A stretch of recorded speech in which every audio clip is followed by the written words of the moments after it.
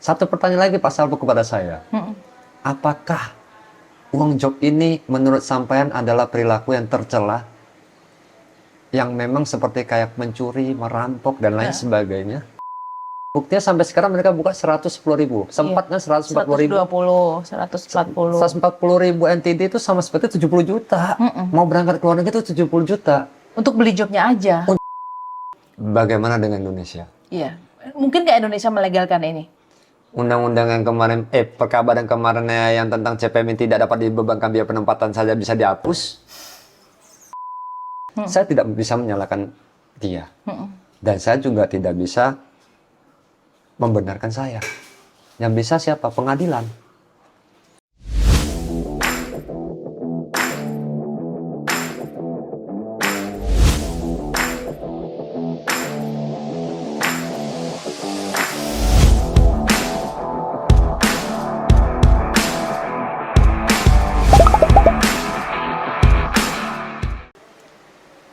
Assalamualaikum warahmatullahi wabarakatuh. Apa kabar semuanya? Ketemu lagi dengan Win Solution. Semua masalah solusinya ada di sini. Dengan Prigel TV, channel Satset untuk generasi yang Satset. Saya hari ini kedatangan tamu yang hebat, guys. Koko, makasih banyak udah hadir. Tadi dari suasana gimana? Enak. Kucil tapi. Ya. Ayo gimana? Syukurin apa yang kita punya, udah. Betul, doain cepet lunas ya. Amin.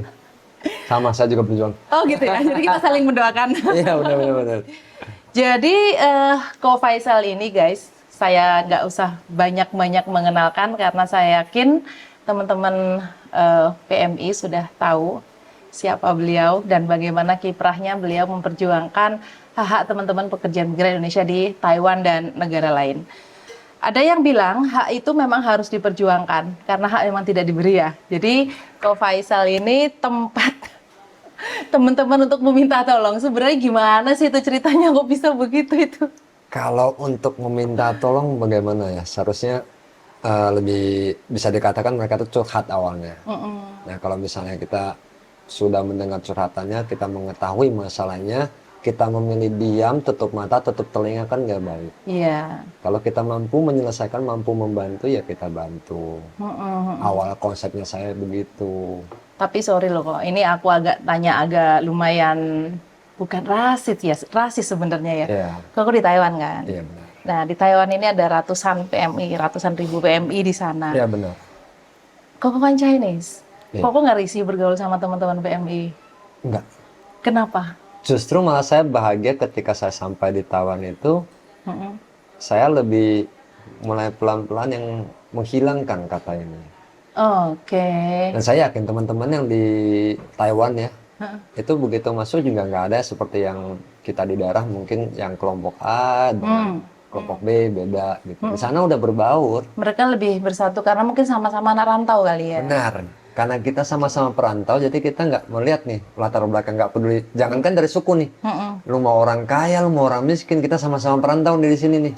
Tapi nggak banyak ya orang yang punya empati kayak Ko Faisal terhadap teman-teman pekerja, apalagi Chinese. Oke, biasanya mereka ini akan lebih memandang bahwa siapa sih lu gitu ke teman-teman PMI, kebanyakan begitu. Dan itu yang saya rasakan, aku mantan PMI kok. Jujur awalnya ketika ketemu PMI malah saya yang merasa digituin. Oh, dulu karena ya ke depan saya bukan orang kaya, jadi pertama kali datang ke Taiwan tuh sekolah tuh. Bingung. Zaman saya dulu tuh nggak ada toko Indo. tahun berapa kok? 20 tahun yang lalu. Wah. Totalnya. 2014. 2004. Iya. Jadi nggak ngerti ini mau beli kartu di mana, beli kartu telepon di mana, kagak ngerti. Pas saya tanya malah, ya ada beberapa yang kayak, Jawab ya. kok lu nggak tahu? Karena Chinese. Nah, itu dia. Harusnya Chinese semua tahu. Iya. Ini persepsi pandangan yang salah. Awalnya ya, tapi terakhirnya ya Lama-lama. ternyata saya yang salah. Salahnya di mana? Salahnya dari ucapan kayak belum nyalin gitu loh. Mbak, maaf ya numpang nanya. Oh iya. Di situ saya belajar, oh ternyata bukan masalah ini, ternyata masalah di komunikasinya nih. Kalau kita bertanya blak langsung kan orang juga ngerasa gimana. Artinya kan komunikasi itu penting banget ya kok. Benar. Oke, untuk teman-teman PMI di Taiwan, agar mereka itu mudah beradaptasi, apa nih yang harus mereka siapkan sebelum berangkat? Bahasa sih. Bahasa, karena komunikasi tadi penting, Iya betul? benar. Oke, Sebab belajar bahasa. ya sebab dari pengalaman saya pribadi juga ngalamin. Jadi awal kali ke Taiwan itu kan kita sekolah sampai kerja nih. Sekolah sampai kerja, pasti kerjaan itu kalau kita tidak bisa menjelaskan yang tadinya kita nggak salah, kita akan disalahkan. Dianggap salah. Iya, kita akan dianggap salah. Terus kalau kita bisa menjelaskan, setidaknya ini kan masukan juga Betul. kepada pihak majikan kita nih. Misalnya nih, saya dulu disuruh nyuci piring, sabunin dulu, baru pakai air panas. Kalau saya nggak bisa bicara kan saya tetap buka air dingin. Kenapa? Karena air panas tangan kita kan rusak. Iya, Nah, ketika saya dimarahin, saya kalau nggak bisa bicara gimana? iya, nggak ngerti apa yang dimaksud. Nah, kita bakal tetap disalahin. Tapi ketika saya bisa bicara, bisa bahasanya, saya ngomong, tangan saya keriput, rusak, sakit. Oh ya udah. Jadi dibiarin, dimaklumin ya. Yang tadinya dia menganggap caranya benar, ketika kita kasih masukan, itu dia akan mungkin sedikit merubah. Oh ternyata Iya, iya. bisa diterima, sedikit bisa diterima. Dan itu yang menyelamatkan kita nantinya. Iya, betul. Tapi waktu pertama masuk Taiwan, Koko udah bisa bahasa Mandarin kan? Belum. Belum. Nol. Oh ya, Nol. Belum. bukannya Chinese harusnya bisa bahasa Mandarin? Enggak juga sih. Enggak juga ya? Kalau saya malah dulu banyak kan bergaulnya dengan orang Batak. Oh, Saya unik. Saya meskipun saya orang Chinese, dibilang saya bisa bahasa ibu saya bisa, tapi nggak sepasi itu. Kalau sekarang, dulu bisa bahasa Batak sedikit-sedikit lah, bisa bahasa sehari-hari. Sekarang kalau ditanya saya lebih pasti bahasa apa? Bahasa Jawa. karena bergaulnya sama orang-orang Jawa. Iya. Saya juga bingung. Saya kadang bahasa ibu saya juga kadang bisa lupa. Misalnya kayak ini bahasa ibu saya apa? Lupa saya. Lupa. Keluarga sekarang semua di Medan. Ibu sekarang udah ikut saya di Cikupa. Cikupa, Tangerang. Kalau bokap udah almarhum. Oke. Terus ketika masih belum bisa bahasa nih, apa yang Koko lakukan untuk beradaptasi? Belajar Belajar. dan mencoba aktif dengan sering berbicara komunikasi dengan orang lain. Meskipun kita ngomong salah, kita ngomong apa adanya karena mereka akan menjadi guru kita. Iya. Mereka akan mengkoreksi kita. Betul. Banyak Keren aktif aja bicara. Artinya teman-teman PMI kan bisa juga begitu. Jadi jangan Harusnya takut bisa. untuk salah ya. Iya. Justru kalau kita banyak bicara, kita banyak dikoreksi, ya kita banyak mengerti. Kalau ini prinsip saya untuk awal kali pertama saya datang ke Taiwan. Jangan malu bertanya. Jangan malu, udah ngomong aja. Gua mah sembarangan aja dulu. Yang penting ngomong. Iya, iya. Sebenarnya kondisi di Taiwan ini kayak gimana sih? Kok sekarang ini, kalau nggak tahu ya, entah dulu sama sekarang ini sama atau enggak, karena sekarang ini, apalagi Gen Z, teman-teman ini kalau disuruh belajar bahasa itu mereka itu kebanyakan, di sana nanti juga bisa sendiri, males. Banyak sekali protes untuk mau belajar bahasa di negara tujuan mereka, mau Mandarin, mau Kantonis, mau bahasa Inggris, mereka tuh selalu dalihnya nanti juga bisa sendiri gitu-gitu tuh sebenarnya perlu nggak mereka untuk menyiapkan?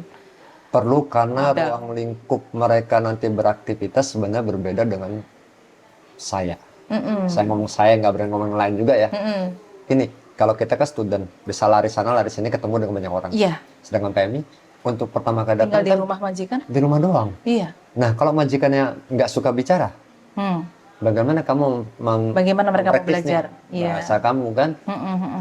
Kalau ketemu majikan yang sedikit mau berbicara dan dia termasuk yang welcome, ya no problem. Tapi kan resiko. Iya, betul. Ketika kamu nggak mau belajar, kamu berharap bisa belajar di sana, ternyata majikannya yang diam atau protektif, sedikit berbicara, wah, kasihan biar. Ketika ada masalah nggak bisa melindungi dirinya sendiri. Benar. Larinya ke Koko juga nanti.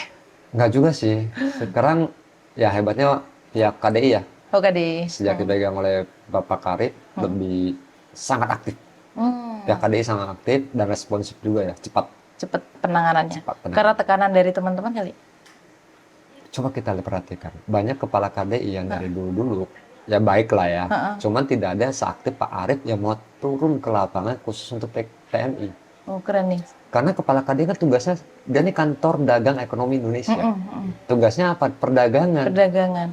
Jarang ada memfokuskan ke pekerja migran Kerja Indonesia. migran. Sedangkan di sesi Pak Arif ini, beliau lebih memfokuskan ke pekerja migran Indonesia.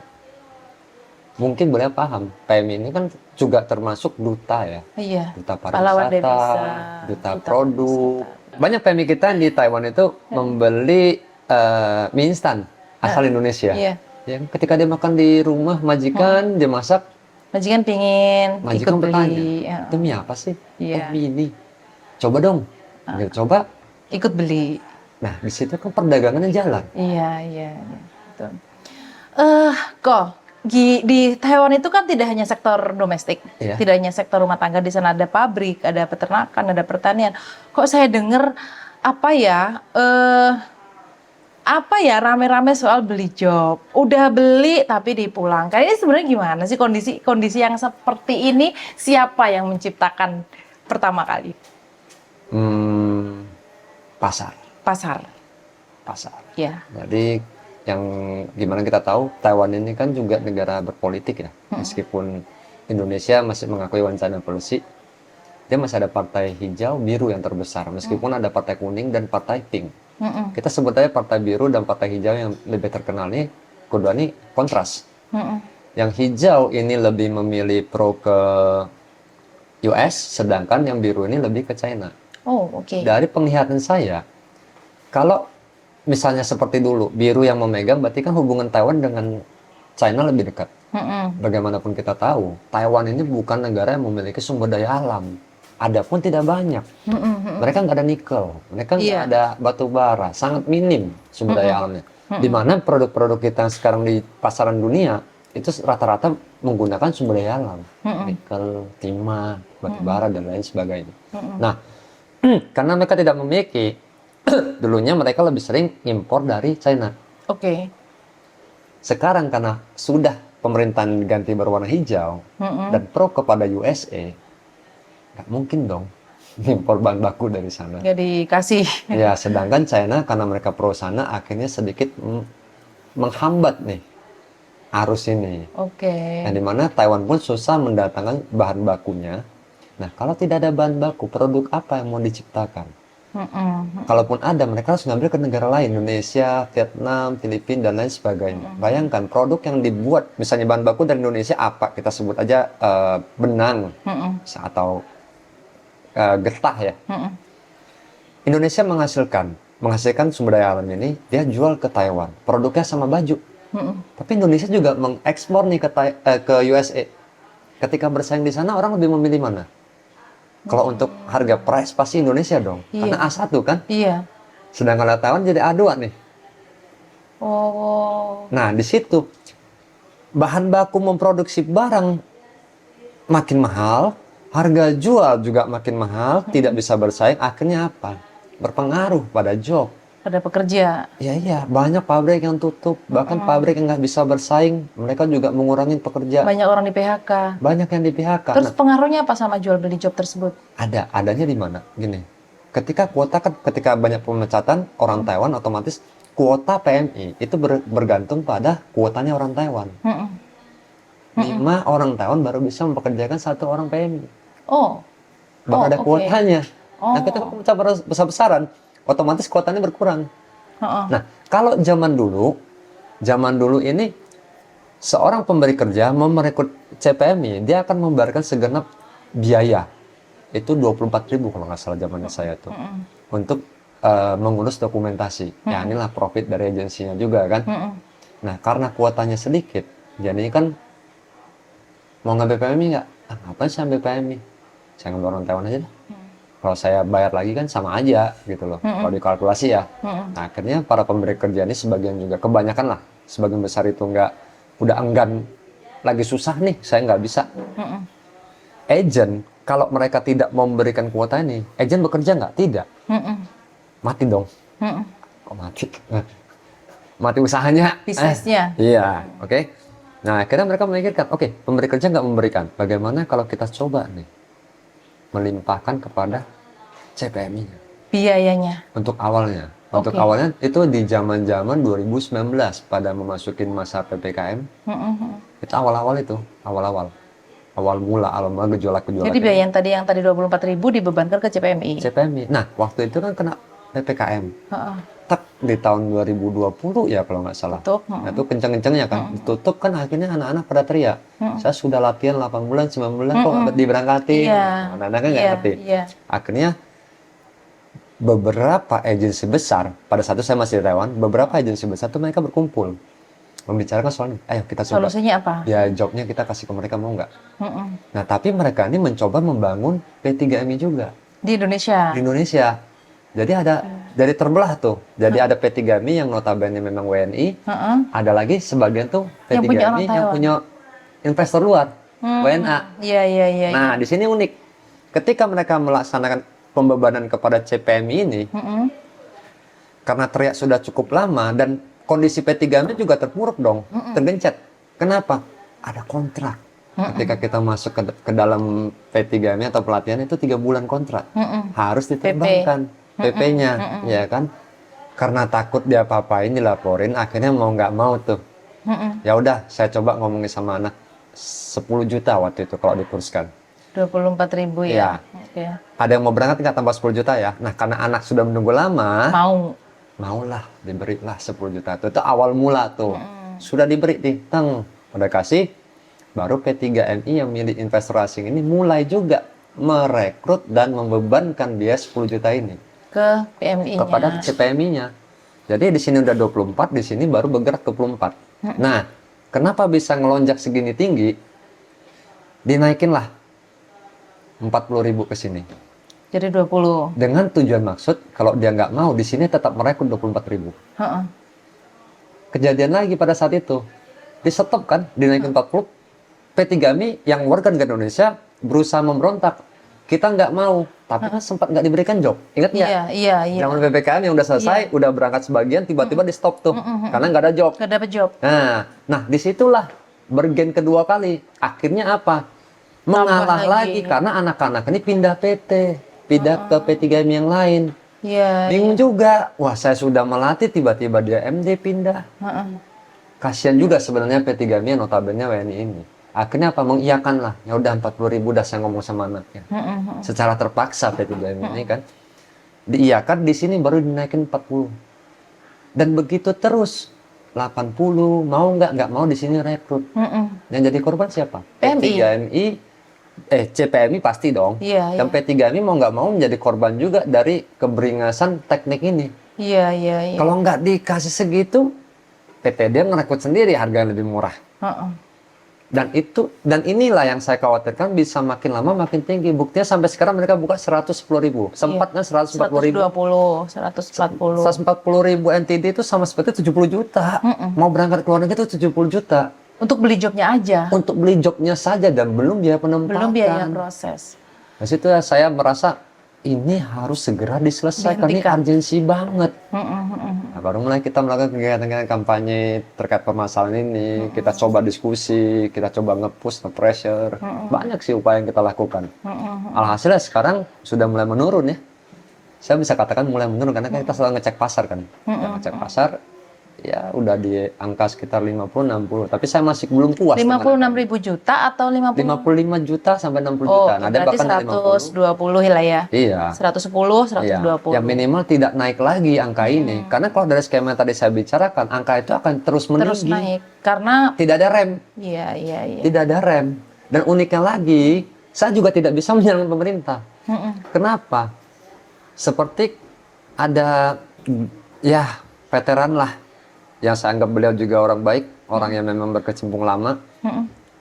Pak Saiful pernah berbicara, sesuatu yang tidak pernah dilarang oleh pemerintah, tidak tertuliskan dalam undang-undang, tidak bisa disalahkan. Pak Saiful Ketua Aspataki. Benar. Di situ saya klik, ya juga Pak. Satu pertanyaan lagi Pak Saiful kepada saya, apakah uang job ini menurut sampean adalah perilaku yang tercela? Yang memang seperti kayak mencuri, merampok, dan lain sebagainya? Bukan. Saya nelan ludah ketika beliau bertanya seperti itu. Tapi saya nggak hanya sampai di situ, saya berhenti, menyerah enggak. Saya coba ulik lagi gimana nih kita pressure terus nih. Dengan cara yang berbeda. Saya kadang-kadang ingin tanya juga ya. Orang Taiwan bikin P3MI di Indonesia, itu kan harus memakai nama orang Indonesia, betul? Emang boleh nama orang Taiwan bikin P3MI di Indonesia? Harus nama orang Indonesia atau pinjam nama? Pinjam nama. Kenapa sih si WNI tadi mau ya? Karena ada hasil bagi 2. Bagi 2. Oh, Bagi oke. 3, bagi 4 kita nggak tahu persentasenya. Iya sih. Iya. Saya juga mau kalau digituin. Tapi nggak yang PMI ya. Misalnya, gue mau usaha di Indonesia, saya nggak Ke pabrik tekstil misalnya. pabrik apa gitu. Ya udah saya jadi direktur, saya bekerja juga di dalam, saya dapat saham juga mau. Ini sah. Iya, sah. Legal. Oke. Terus kira-kira menurut Koko nih, harga-harga job ini nanti akan menurun atau stuck di sini atau mungkin ditutup oleh pemerintah atau bagaimana? Jika sudah terjadi ombak nih ya, kan sebenarnya biaya beli job ini bukan biaya penempatan kok. Benar. Biaya penempatan itu kan mencakup tiket, visa, medical, asuransi dan lain-lain. Kan ini biaya job di luar biaya penempatan, di luar CS, betul kan? Benar. Di luar CS. Nah, mungkin nggak pemerintah akan memberikan perhatian terhadap jual beli job ini? Kan ini tidak ada di dalam aturan. Malah saya takut Jika? dengan adanya perubahan RUU yang sekarang. Oh ya, Di pasal lagi mau 30 dirubah. ayat 3 tertulis ada komponen di mana bisa dibebankan kepada CPMI kalau itu merupakan biaya untuk kepentingan CPMI sendiri. Oh. Pertanyaan saya, uang job ini bisa nggak diselimpitin di dalam ayat itu? Tapi apakah negara lain juga melakukan hal yang sama? Seperti Vietnam contohnya, apakah mereka beli job? Ada. Sama harganya? Yang saya tahu kemarin tuh maksimal 70.000. 70.000 berarti 35 juta lah anggap ya. Lebih sedikit daripada Indonesia. Indonesia paling tinggi. Kenapa Indonesia bisa semahal Untuk ini? Taiwan ya? Hah? Kenapa Indonesia bisa semahal ini? Ya, satu karena sudah ada skema yang seperti awal tadi. Yang kedua, ditambah lagi sifat dan kebudayaan kita di Indonesia. SDM. Ya, pengusaha-pengusaha juga Oh, pengusaha-pengusahanya. mereka bersaing. bukan masa bersaing sih, kayak ketakutan sendiri. Ketakutannya kenapa? Ketakutannya kayak, kok gua tiba-tiba sepi ya? Apa karena jumlah murah ya? Nah, Akhirnya dia menawarkan untuk naikin dong dikit. dia yang menawarkan. Iya. Lu minta 50, saya kasih tuh. Kemarin 50 kayaknya nggak usah jalan ya. Gua kasih 70 dong. ya. Iya, jobmu kasih ke aku, jangan kasih ke itu. Itulah ketidakkompakan Ya. dari teman-teman pengusaha ini. Worth it nggak sih untuk teman-teman PMI kita bayar segitu untuk kerja di Taiwan? Menurut saya enggak. Enggak. Bayangkan dengan biaya 70.000, berapa sih gaji mereka? UMR mereka kalau yang sektor formal 28.000 lebih lah, 28.000, 14-15 juta lah ya uang 14-15 rupiah. juta kita katakan itu. Mereka masih potongan biaya penempatan. Itu Artinya sekitar biaya penempatan sekitar 28 28 mungkin sama pelatihannya. Ya 28 juta sama 60 juta. Ya. Berarti 88. 88. Nah, kita hitung dari pemasukannya aja. Misalnya dia untuk cicilan itu udah 10.000 lebih. Berarti dia di 6 bulan pertama itu dia hanya bisa memperoleh gaji sekitar 19.000, 20.000. Nah, Mes makan? belum termasuk bukan hanya mes dan makan. Keperluan mereka wifi. Oh iya. Ya, misalnya ada beli baju kan musim berubah terus. Biaya hidup. Ya, biaya hidup mereka dan lain-lain. Paling bisa nabung berapa sih penghasilan mereka? 10.000. Kita anggap 6 juta dah, lebih dari 10.000, 12.000 dah. 6 juta dikali 6 baru 36 juta. Berarti Oke. mereka harus tahun. Ya, di bulan ke-7, 8, 9 dan 6 bulan ke belakangnya kita anggap mereka bisa bagus nih, bisa nabung lebih dari itu. Bisa nabung 10 juta. 60 juta ditambah 36 juta. Satu tahun baru balik modal. Setahun baru balik modal. Dalam arti kata mereka itu adalah kerja tanpa digaji selama setahun. Iya. Itu pun kalau bertahan setahun. Kalau di PHK sebelum setahun? Nah, mending di PHK nih. Jika di PHK sebelum setahun, anggaplah sebelum setahun, apa harga job tadi balik? Itulah kita perjuangkan. Banyak agensi yang nggak mau balikin loh. Benar, Iya kan? benar. Kenapa aku harus balikin? Kan anaknya yang minta pulang. Kalau gitu gimana? Nah, jadi uniknya adalah banyak teman-teman di Taiwan itu tidak mengerti apa yang dinamakan PHK, apa yang dinamakan mengundurkan diri. Iya. Yang tadinya mereka itu di PHK, kalau prosedur PHK adalah pihak perusahaannya itu harus membukakan surat pemecatan. Betul. Kebanyakan dari mereka itu digiring. Saya berani katakan ini mereka seolah-olah ditipu untuk menandatangani surat pengunduran diri yang tadinya di PHK menjadi pengunduran diri. Nah, kalau yang nama mengundurkan diri, berarti mereka yang tanda tangan, bukan menerima surat. Mereka yang tanda tangan saya mengundurkan diri. Alasannya biasa dua. Satu karena ingin pindah, satu lagi ada kepentingan pribadi dan ingin pulang. Iya, iya. Nah, dua hal berbeda ini juga berpengaruh. Pengaruh di mana? Kalau di PHK kita bisa mintakan pesangon, Heeh. kita bisa dimintakan digantikan job, Iya. dicarikan job yang baru kepada pihak agensi. Dan yang ketiga, selama mereka belum mendapatkan pekerjaan baru, makan dan tinggal ditanggung oleh majikan sebelumnya. Sampai dapat pekerjaan baru. Iya. Nah, kalau yang mengundurkan diri ada 2 jenis tadi saya katakan. Kalau dia ingin pindah job, berarti makan dan tempat tinggal masih ditanggung oleh pemberi kerja yang lama.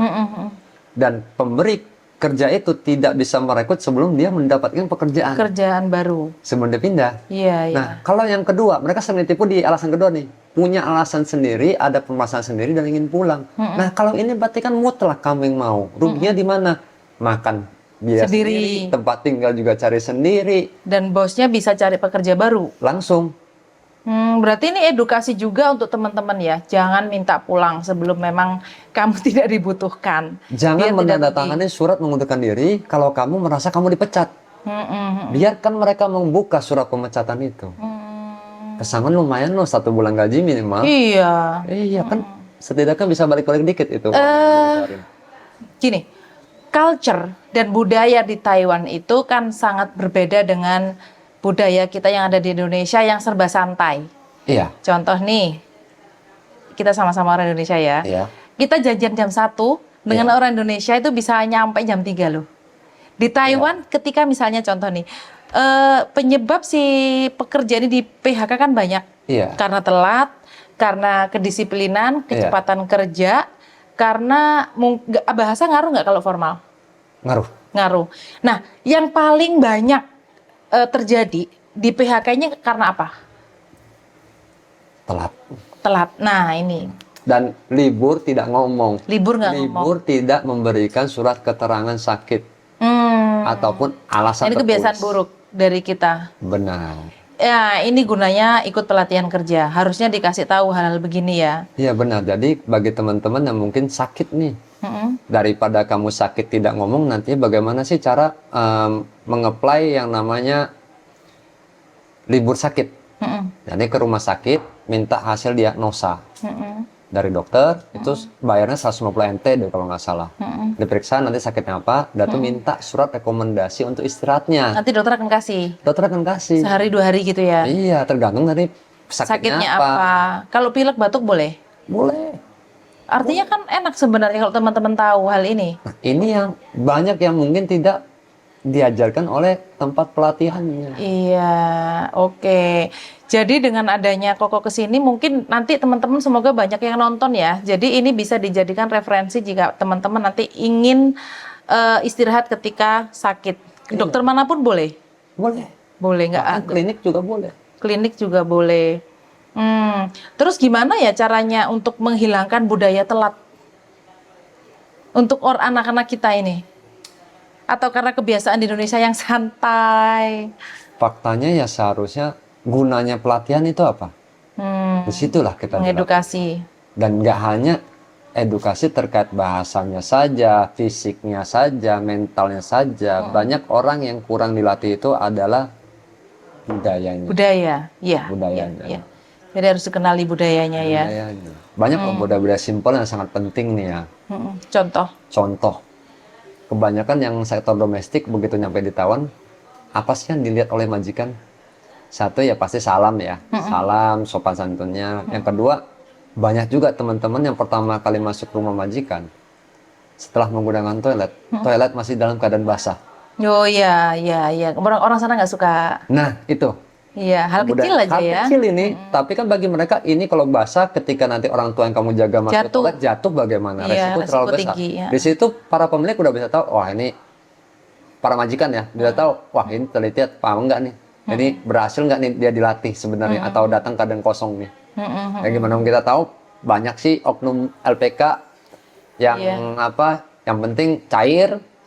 Anak bisa apa nggak bisa nanti urusan pusat. Iya, iya urusan PT. Banyak. Kita nggak memungkirin ini. Aku kira tadi di toilet basah ada setannya. Bukan ya, karena memang mereka ingin menjaga keselamatan ya. Benar.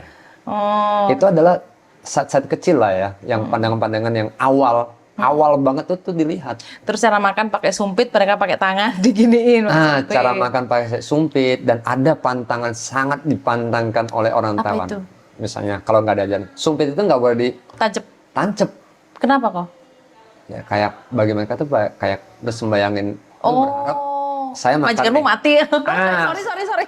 saya makan di depan majikan ya, dengan ntar ya mas angkat telepon ditancapin begini kan kayak saya Lagi pai-pai.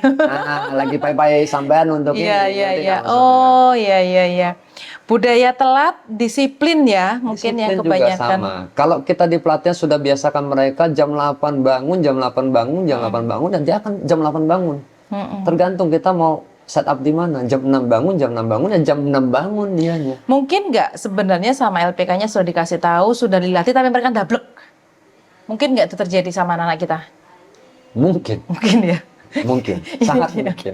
Ini kadang-kadang yang kata, Iya. aduh, bukan karena Gen Z juga ya, kebiasaan buruk sih aku pikir, kebiasaan Cuaca di sih. rumah. Cuaca? Terutama Oh ya, di Taiwan dingin. Terutama kalau musim dingin, itu akan banyak. Males bangun. Nah, bukan mas bangun, nggak bisa bangun. Nggak bisa bangun. Jujur saya juga sebagai Pernah. mahasiswa atau student dulunya juga pernah karena ngalamin. cuacanya terlalu dingin, nggak bisa bangun. Benar. Jadi kalau sudah begitu uang job, kalau mereka mengundurkan diri nggak bisa kembali, rugi dong. Yang saya perjuangkan adalah kalau sesuai kontrak aja atau Sesuai minimal perjanjian kesepakatan awal gentle to gentle-nya dia kan. Misalnya saya janjiin, ini PT janjiin anaknya kerja 2 tahun plus 1 atau kontrak 3 tahun dengan membeli job ini. Faktanya, logiknya adalah saya membayar 70.000 untuk kontrak 3 tahun. Tapi ketika saya di PHK tidak sampai 3 tahun, hitunginlah sesuai dengan kontrak ini. Bagi 3 ya 70. Bagi 36 dong. Saya Iya. kerja cuma 3 bulan. Iya. Berarti 70 juta dibagi 36 bulan, dikali 3 bulan saya kerja. Tapi kan kebanyakan P3MI susah berbicara seperti itu. Nah minimal Karena 2 mungkin, tahun apa setahun dong. Iya. Ya, sedangkan ada garansi lah. Kita beli, sedangkan kita beli apa aja ada garansinya. Beli baju di Taiwan aja 7 hari, kalau dibalikin Iya, nggak usah, nggak ada Kecuali diskon. pemotongan. Nah minimal ya 1 tahun lah. Gitu loh. Dan sebenarnya PT juga nggak mengalami kerugian karena biaya penempatannya juga anak-anak nggak apa-apa dipotong. Toh saya benar ditempatkan, Iya, cuma saya biaya benar-benar jobnya berangkat. aja. Itu dia karena uang jobnya aja. Jadi biar dapat win-win solution ya, biar tidak terlalu dirugikan. Iya. Kalau seperti ini kan akhirnya PT minta ke agensi nih. Iya. Agensi mungkin nggak kembalikan. Ada yang nakal tidak mau mengembalikan. Betul. Ada. Dan itulah konsekuensi dari PT-nya. PT-nya harus memastikan agensi yang dikerjasamain sama dia ini benar-benar oke. Iya. Nah, kalau tidak, ayo bantu PMI-nya melaporkan pihak agensi ini kepada pihak KDI. Pihak KDI ini bagus loh. Saya, Pak Arif kemarin saya sempat komunikasi beberapa kasus, saya nggak kenal PT ini. Tapi akhirnya saya hubungin, PT-nya bilang, PT-nya jujur, kok anak ini jangan dipulangin dong, itu agensi nggak mau balikin. Akhirnya saya minta PT-nya membantu anaknya bikin pelaporan ke KDI.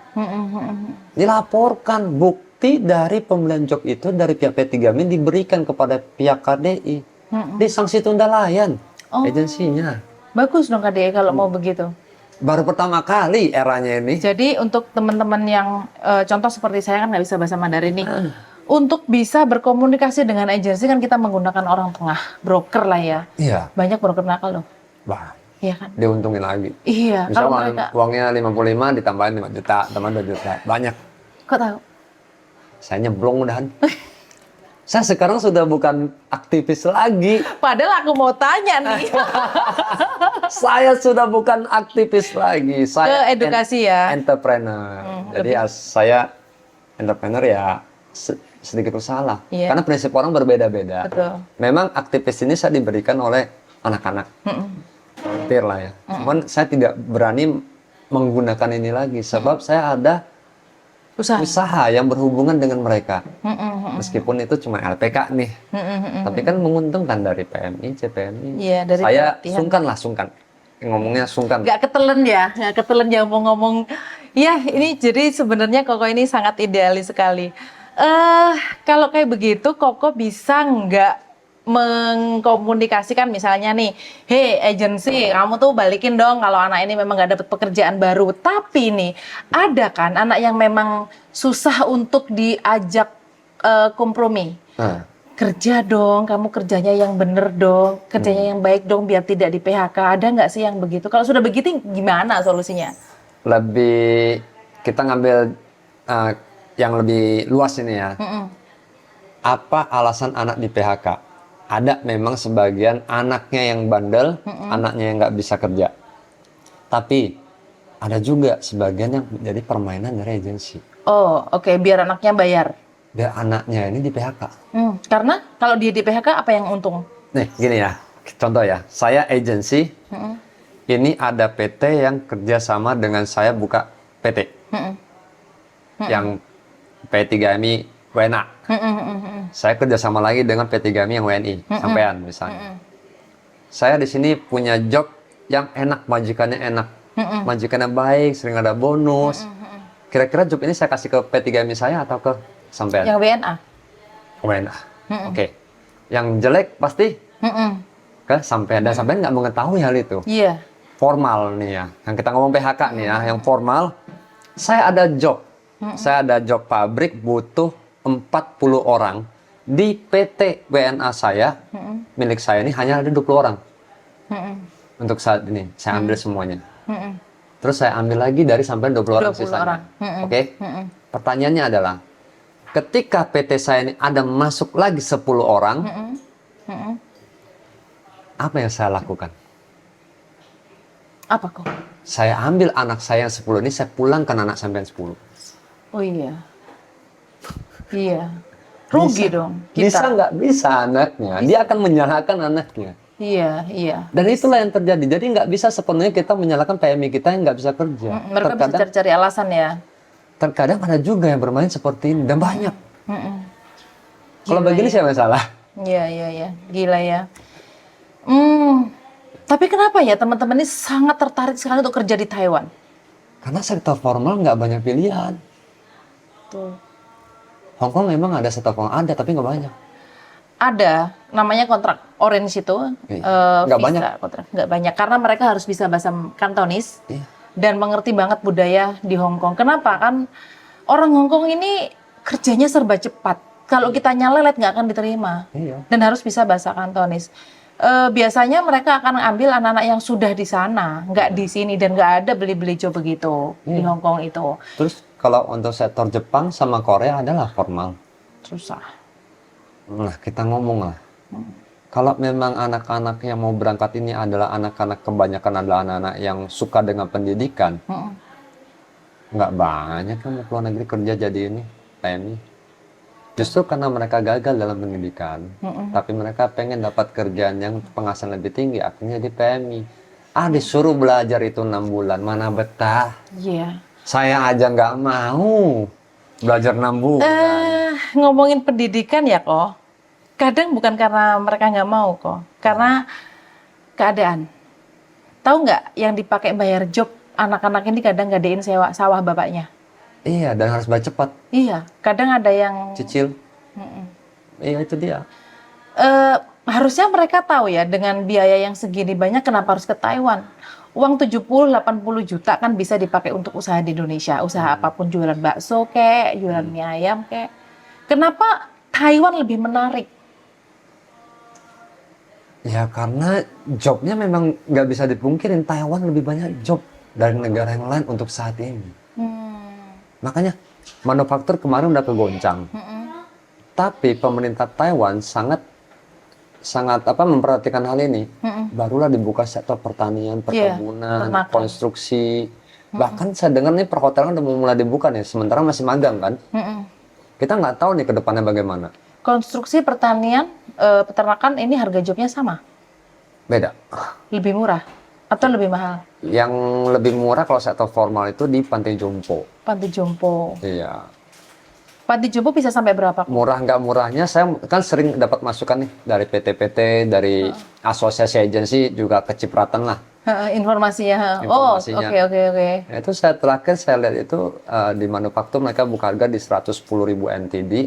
110, 55, 60. Ya 55 60 jutaan lah. Itu untuk sektor konstruksi 90.000, pertanian perkebunan itu di 70.000, Pantai Jompo itu hanya 20 juta, 40 ribuan. Oh. Tapi ya nyampe di sini juga ditinggi-tinggiin. Broker. Iya. Broker kan mau untung. Itu dia. Cuman yang saya kurang cocok nih adalah kenapa lu orang buka harga kita harus mengikutin. Gua kayak belanja kan boleh nawar. Iya, kenapa kita nggak boleh nawar? Nah, itu. Karena takut kesaing sama PT lain. Dan kenapa kita harus tunduk nih sama aturan mereka? Ini nih. Itu iya. ya sebenarnya bikin saya nggak suka memperjuangkan ini. Intinya, lu menciptakan peraturan ini dan lu nggak ada di Indonesia aja loh. Mau menetapkan undang-undang harus ada rapatnya. RUU ya kan? Ini dia udah melebihi pemerintah. Saya bilang ini ya lu harus begini. Itu yang bikin saya sedikit nggak bisa nih. Gua nggak bisa kalau digituin kayak dilingkarin gitu loh. Iya. Lu pokoknya harus di sini dah. Kayak kita disandra gitu ya. Nah, saya nggak suka itu. Dan itulah yang terjadi pada P3MI, yang WNI, dan juga CPNI. Mereka tuh dilingkarin udahan. Iya, betul. Saya kan suka lihat konten-konten Ko Faisal ya, yang selalu mengedukasi dan membantu untuk memperjuangkan hak teman PMI yang sebenarnya susah untuk mereka dapatkan. Seperti hak di PHK jobnya tadi, dan sebenarnya ada juga yang peran sponsor dan lain-lain lah ya, banyak sekali. Tantangan terbesarnya apa kok dalam memperjuangkan mereka ini? Mencari solusinya. Mencari solusinya, karena nggak semua orang mau kembaliin duit ya. Iya. Kalau Kok bisa kau paksa untuk kembaliin duit, itu caramu gimana? Kok bisa punya cara itu loh? kalau ini Kau main itu, diwiritin. jadi itu susah. Pertama kali saya masuk ke dunia PMI, apalagi kan kita basisnya berbeda. Kalau di Taiwan saya udah pasti lah dengan peraturan negara di Taiwan kan. Ketika pulang ke Indonesia saya mengulik ulang. Jadi saya sampai bentuk tim analisa. Saya ulik skema penempatannya yang tadinya saya praktisi, saya harus terpaksa masuk ke akademisi nih. Saya harus tahu saya harus tahu undang-undangnya, saya hafalin undang-undang 18, regulasinya, aturan-aturannya, permen-permennya segitu banyak. Saya nggak mengerti hukum, saya nggak suka belajar, saya tiba-tiba belajar. Terpaksa. Ya bisa dibilang terpaksa, tapi saya suka. Kan demi mereka. Ya demi mereka juga, dan apa ya, saya nggak mau apa yang saya perjuangin stop di sana karena saya nggak mau belajar. Buat tim dan semua ini dapat dana dari mana tuh nggak kecil. Pro bono. Teman-teman saya sendiri. Mau. Wih. Tim. Bukan saya yang hebat, tim saya yang hebat. Iya. Saya punya super tim. Jadi kita dan mereka solid ya? Solid. Dan kita ulik semuanya, ternyata banyak kesalahan-kesalahan atau tindakan-tindakan yang sudah ada bunyi di undang-undangnya tapi tidak dilakukan sebelum ditempatkan. Apa itu contohnya? Iya. Cukup banyak. Salah satu yang sudah bergoncang nih, tes psikolog. Psikotes. Tapi setelah saya ulik kembali, itu kan ada undang-undangnya tertulis tuh. Pramedikal atau tes kesehatan dan psikotes. Untuk memberikan apa ya, indikator bahwa anak ini siap apa enggak secara mental. Ambigunya apa? Dia kan apapun yang kalau kita sudah lakukan setengah sah, yang setengahnya enggak sah, saya juga nggak tahu, saya bukan orang hukum. Inilah yang membuat ambigu nih, banyak peraturan-peraturan menurut saya kayak ini jadi salah enggak. Cuman alhamdulillah pihak KP2MI kemarin kan ngedorong keluar harus ya psikotes. Iya, itu karena dirimu. Nah, saya kurang mengerti juga. Sebenarnya saya juga jadi pertanyaan nih, dia kan mereka udah setengah nih. Pramedikalnya sudah, tinggal psikolognya. Tapi undang-undangnya begitu. Saya jadi bingung ini. Ya udah coba aja dah. Sekarang ID aja harus ada psikotes. Nih berkatmu ini. Jadi kita coba upayakan satu nih ya. Ini juga termasuk orang yang besar. Dan kemarin kebetulan memang nggak cocok aja, memang nggak mau musyawarah dengan kita, akhirnya kita uji lah. Saya tidak bisa menyalahkan dia, dan saya juga tidak bisa membenarkan saya. Yang bisa siapa? Pengadilan. Saya gas aja. Ngeri. Saya gas aja. Saya juga berharap dia kalah, jujur, karena kalau dia kalah banyak CPMI yang terlontang-lantung. Yang sedang proses. Oh iya. Saya juga nggak mau nih hal yang terjadi. Saya butuh inkrahnya.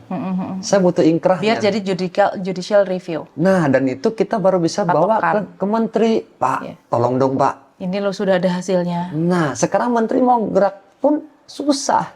Nunggu.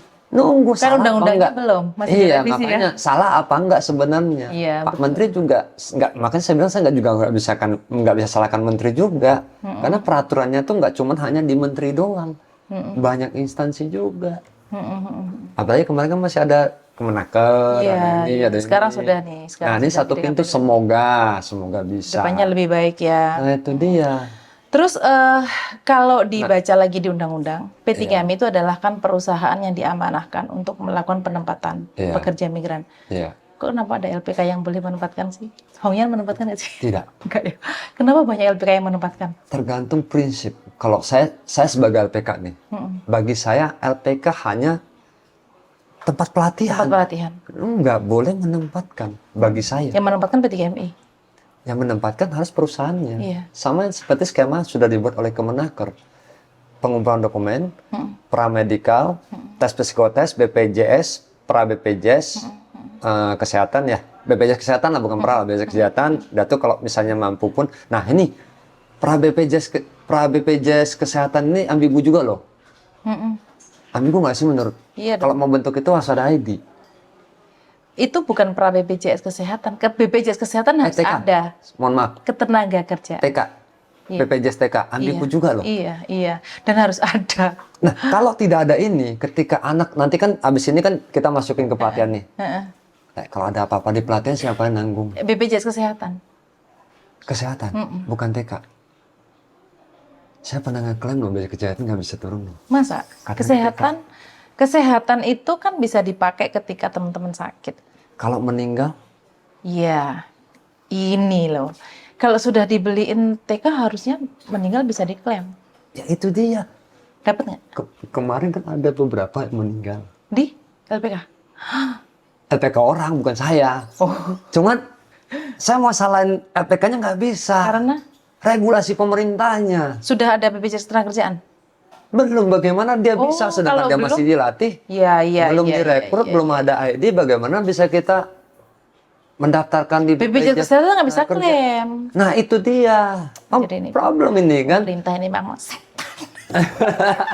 Makanya, aturannya banyak banget, pusing gitu ya. nah, habis itu kan kita masuk ke daftarkan ke ID siap kerja, baru diverifikasi menjadi pencaker. Nah, di sini kan proses dari Kemenaker, baru bisa kita berpindah dari dia pencaker, ada job order baru kita rekrut, sama seperti ada outsourcing, ada job order baru bisa merekrut. Betul. Nah, tugas LPK ya ini. Tapi LPK pun memiliki resiko. Kita nggak tahu apakah anak ini namanya nyawa. Iya. Nggak Saya bisa bingung. kontrol ya. Kadang tiba-tiba Ini meninggal. hanya salah satu celah yang saya ini. Banyak lagi. Banyak juga kan oknum P3MI belum ada job order udah terima anak. Sampai ini direvisi undang-undang kok. Itu balik gak? Saya nggak pernah diajak. Ada Bang Yusri. Karena saya bocil mungkin. Ah, ini orang gak ngerti apa-apa dah mungkin. Enggak lah, enggak. Karena enggak belum waktu yang tepat aja nanti. Bang itu ada Bang Yusri kemarin ikut Nah, namanya ya. kalau untuk kita balik, kalau untuk uang job, menurut saya solusi ini ya. Solusi dari Biar saya. nggak terus membengkak. Masukan nih untuk Bapak mungkin ya. Bisa dong di permennya dituliskan larangannya. Ah, iya. Dilarang. Karena prinsipnya jika tidak dilarang boleh. Nah, Oke. kalau nggak diselimpitin nantinya. Iya, nih poin. Banyak sih hal yang lebih urgensi, yang krusial, yang harus lebih cepat ditanganin. Jika tidak beli job, kalau kita kalah dengan negara lain, kalah saing dengan negara lain, bagaimana? Kan Vietnam beli jobnya. Negara Vietnam bisa melegalkan ini. Bagaimana dengan Indonesia? Iya. Mungkin nggak Indonesia melegalkan ini? Undang-undang yang kemarin, perkaba yang kemarinnya yang tentang CPM yang tidak dapat dibebankan biaya penempatan saja bisa dihapus. Terus gimana dong solusinya? Dibatasin maksimal Dibatasin. berapa, diatur. Kok bisa Vietnam melegalkan ya? Mungkin mereka memang butuh Pasar. pasar. Oke. Artinya Indonesia bisa dong harusnya. Dibatasin, jangan lebih dari ini. Kalau lebih dari ini overcharging gitu kan. Cabai bisa nggak dibatasin? Cabai nggak bisa tuh. Ada harga pasaran tapi. Ada. Ada. Kalau saya jual cabai yang tadinya sekilo berapa, saya tiba jual cabai 1 juta. Ya nggak boleh. Orang bisa nggak melaporkan saya penipuan? Bisa. Apalagi saya dengan kondisi yang mungkin sedikit memaksa, saya bilang ini cabe dari mana? Bisa Cabe. mendatangkan. Itu kan milik nggak sih? Iya, nggak boleh. Bayar 70.000, 70 juta nanti kamu dapat job segini, Iya.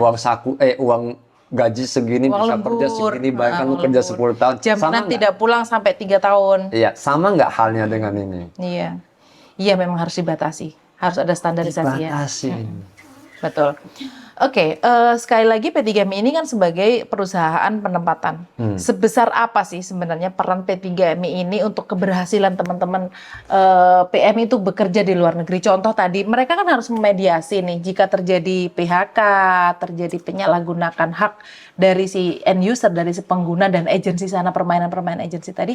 P3MI punya wewenang nggak sih untuk mengkontrol itu, Mas? Kok? Saya ngomong belak-belakan aja dah di sini khusus ini lah ya. Harus dong. Kan ini edukasi untuk Saya nggak berani ngomong kalau negara yang lain. Kalau Taiwan, penting. Peran P3M ini penting. Penting banget. Kenapa saya katakan penting? Karena perhatikan, Indonesia menganut wacana polisi. Banyak negara bisa G2G, bisa G2P, P2P, untuk kepentingan perusahaan sendiri, perseorangan. Hanya Taiwan tidak bisa G2G. Kenapa?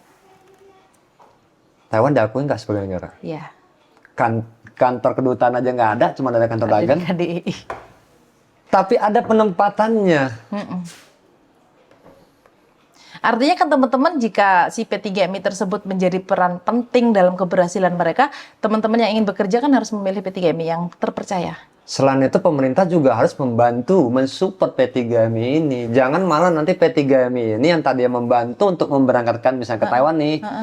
Mereka yang dijadikan sebagai korban. Iya. Kan P3MI mitra ya kok. Harusnya pemerintah juga membantu. Betul itu, bener itu. Dan P3MI ini kan salah satu perusahaan yang membantu pemerintah mengentaskan pengangguran. Mengurangi pengangguran di Indonesia banyak banget. Iya, kalau tambah P3MI pemerintah bisa nggak naruh di tangan? Bisa, SP2T namanya. Kuotanya nggak banyak. Legal nggak sih sampai sebenarnya? itu Saya juga pemerintah. Harusnya pemerintah bantu P3MI dong. ya makanya itu capek kan, nggak bisa G2G, bikin lagi mengakali-ngakalin jadi SP2T. Apa sih? Apa sih? Ya. Kenapa nggak? Jalan nggak? Nggak jalan juga. Job baru berapa sih? Betul. Nah, menjadi pekerja migran Indonesia ke luar negeri itu kalau saya ya menyampaikan ke teman-teman itu kan harus pintar dan berani. Iya. Pintar untuk harus mau mendengar, harus mau membaca informasi-informasi yang ada di negara tujuan dan mengenali culture, budaya, mau belajar bahasa dan harus berani. Berani mengambil resiko, berani ngempet, berani prihatin kalau kata orang Jawa. Ya kan? Iya, benar. Menurut Koko nih, pandangan Koko terhadap teman-teman PMI yang ada di Taiwan ini bagaimana mereka? Apakah mereka mendapatkan transfer of knowledge ketika mereka pulang ke Indonesia nanti atau nggak ada perkembangan apa-apa gitu? Contoh di setelah purna, setelah mereka pulang. Kalau untuk iming-iming yang besar ya, misalnya pergi migran, pulang juragan, saya rasa ini kesempatan Nggak setuju. kecil.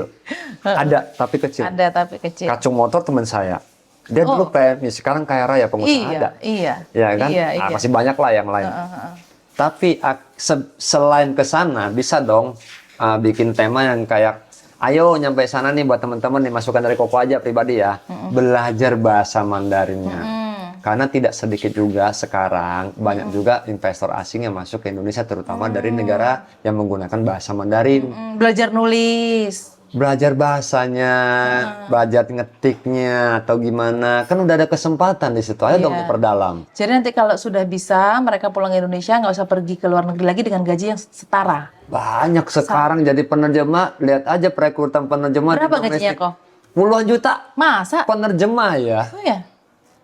Kita ngomong yang paling kecil aja deh, ART. Bisa ada yang lebih dari UMR. Oh ya, itu yang saya maksud transfer of knowledge. Artinya kan ketika teman-teman berangkat ke Taiwan, kita orang Jawa guys. Kalau kita nggak bergaul dan mereka, kita nggak akan bisa bahasa Mandarin. Nah itu Bener dia. nggak? Mandarin mereka- sangat berguna, Kantonis juga berguna. Kantonis berguna. Jadi kalau mereka berangkat ke Taiwan, minimal mereka bisa bahasa Mandarin dan bisa dipakai kerja di Indonesia, di negara sendiri dengan resiko yang tidak terlalu besar dengan gaji yang standar Taiwan. Bahkan lebih tinggi. Bahkan lebih tinggi. Bisa nggak itu kan terjadi kan? Saya pernah kenal satu Purna PMI, dia dari direktur salah satu perusahaan tambang. Oh ya, Wah, ngeri. sekolahnya apa dia kok bisa? Dari ya Oke. Purna PMI doang, nggak sekolah SD. Ya Mungkin karena memang dia mau belajar ya. rezeki dia mungkin ya. Terus bahasa Mandarin dia bagus.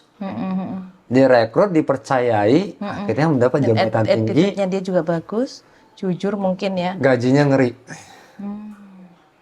Itu yang berangkat, definisi berangkat migran jadi juragan ya itu. Dia hanya bekerja loh. Dia bukan juragan. Juragan. Tapi posisi dia mungkin boleh nggak sih sebutin angkanya ya? Boleh.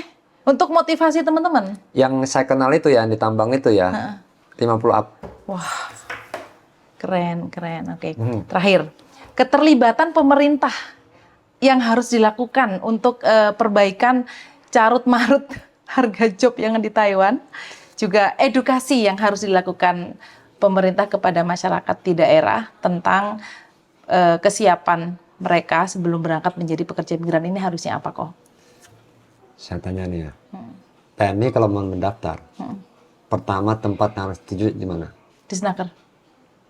Yang sekarang ini yang sekarang yang terjadi sekarang kebanyakan ya sponsor lah yang ini. Sponsor kan?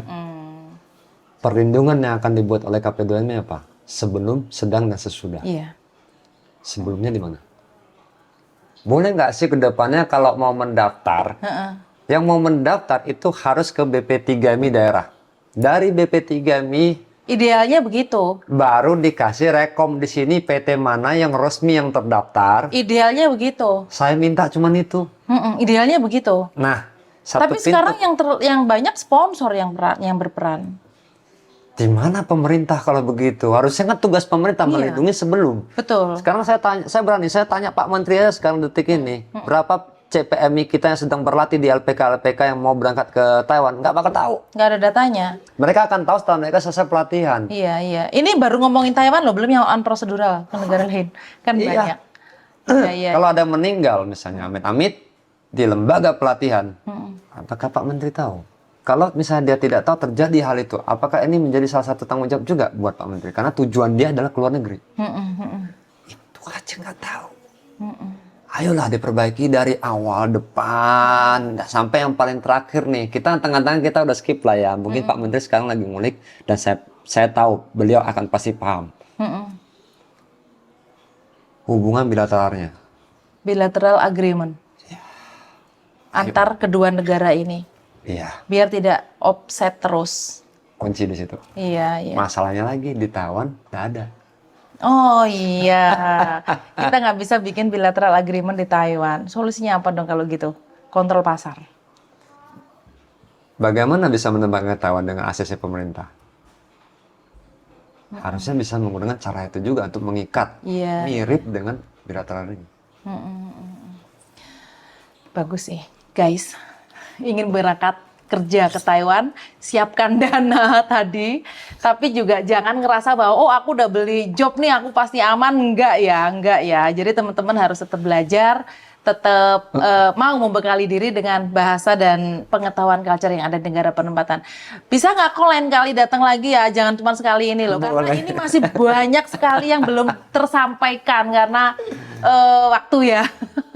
Jadi pesan untuk teman-teman yang mau berangkat ke Taiwan apa nih kok? Banyak berdoa untuk diri sendiri, keluarga, dan juga Pak Menteri. Iya. Iya kan? Betul. Aku nggak nyangka ini pesannya begini. Benar. Jadi terima kasih banyak sudah mampir di Prigel TV. Harapan saya teman-teman yang ingin berangkat ke Taiwan tonton dulu. Ketahui dulu informasinya apa yang harus kalian siapkan selain biaya, karena masih belum dilarang, jadi masih boleh untuk dilakukan karena belum ada pelarangan gitu katanya tadi yang siapa tadi ahli hukum ya. Terima kasih banyak, mohon maaf jika ada salah-salah kata. Pantengin terus Prigel TV, jangan lupa like, subscribe, comment, and share. Terima kasih banyak kok, terima kasih banyak. Ya Allah.